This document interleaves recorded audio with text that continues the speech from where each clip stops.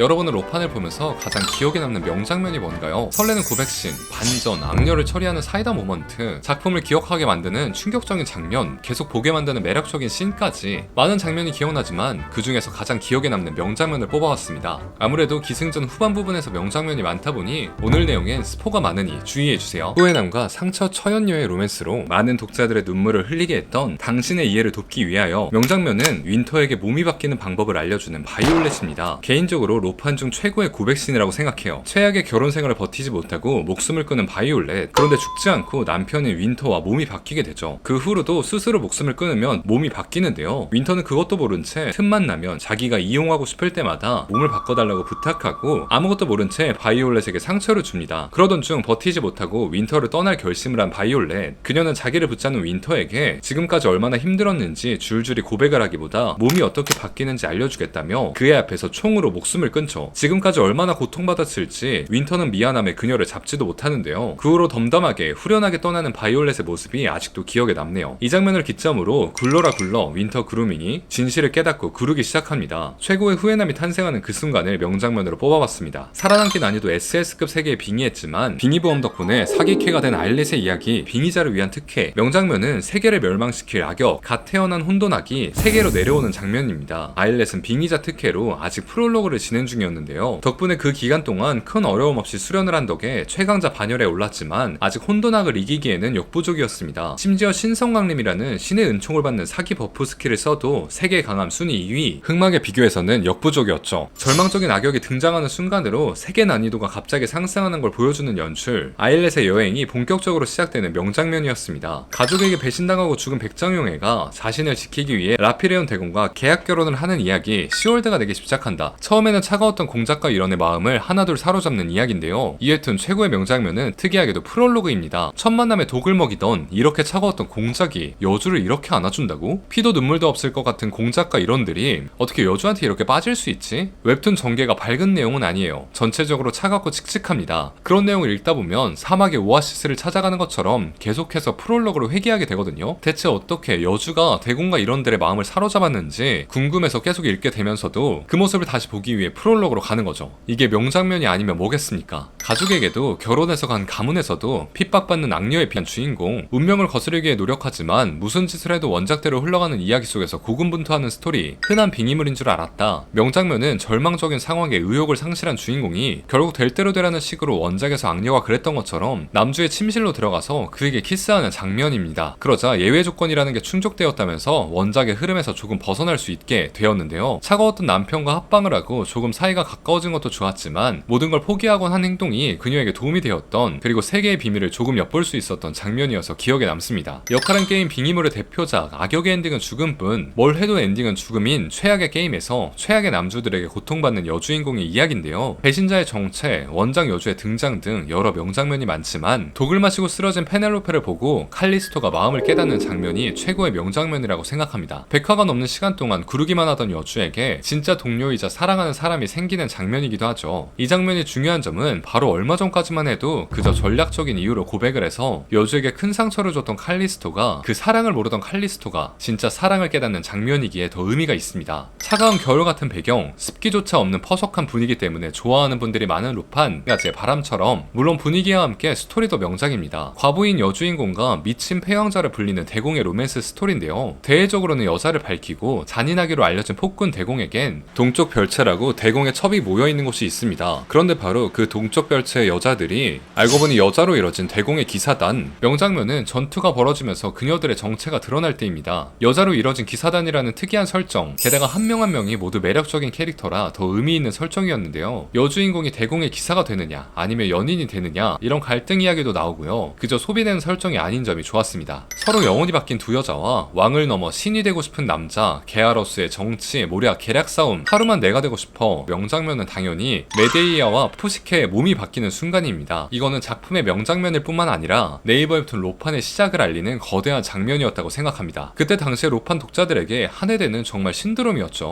왜냐? 그때까지만 해도 자리를 빼앗긴 주인공과 순수한 척 하지만 뒤에서는 악녀인 둘의 싸움 구도가 많았지만 여주인공끼리 영혼이 바뀌는 스토리는 처음이었어요. 푸시케가 당연히 악역일 줄 알았거든요. 영혼이 바뀌는 설정은 워낙 꼬이는 이야기가 많아서 복선이 덜 풀리거나 개연성이 떨어지는 일도 수도 있을 수 있는데요. 한해대는 무너지지 않고 그 설정을 아주 잘 활용한 작품입니다. 영혼이 바뀌면서 서로가 몰랐던 진실을 알게 되고 게아로스라는 진짜 적을 알아채기도 하죠. 매력 999 스탯으로 게임에 들어간 주인공이 과도한 매력 때문에 모두에게 집착받는 이야기, 남편은 한 명으로 족하다, 모두가 그녀를 사랑하는 세상, 그녀에게는 남들을 대하는 태도, 격식, 사회의 규범은 중요하지 않았죠. 어차피 모두가 그녀를 사랑하니까요. 명장면은 그 사실을 깨달은 주인공이 아무것도 신경 쓰지 않고 자유롭게 살아가기로 결심한 순간입니다. 고통만 받던 순간을 지나 마치 껍질을 깨듯이 각성하는 장면이라 카타르시스가 느껴집니다. 그 순간 사랑이라는 걸 몰랐던 황태자가 나를 이렇게 대하는 여잔 처음이야를 느끼며 반하는 모습을 보여주니까 더 희열을 느낄 수 있었습니다. 오늘은 로판의 명장면들 모아서 소개해봤는데요. 원고를 쓰면서도 이 작품 얘기 안 했구나, 말 못한 작품이 많아서 아쉽더라고요. 저문은의 시린눈에서 남주가 여주의 정체를 알게 되는 장면, 남편 내 편에서 악녀의 최후, 악죽조, 아나킨의 기사 서임, 그리고 로판뿐 아니라 전체 웹툰 명장면도 소개하고 싶단 말이죠. 똑 닮은 딸 2부 끝장면, 미래의 골동품, 미래의 전투씬,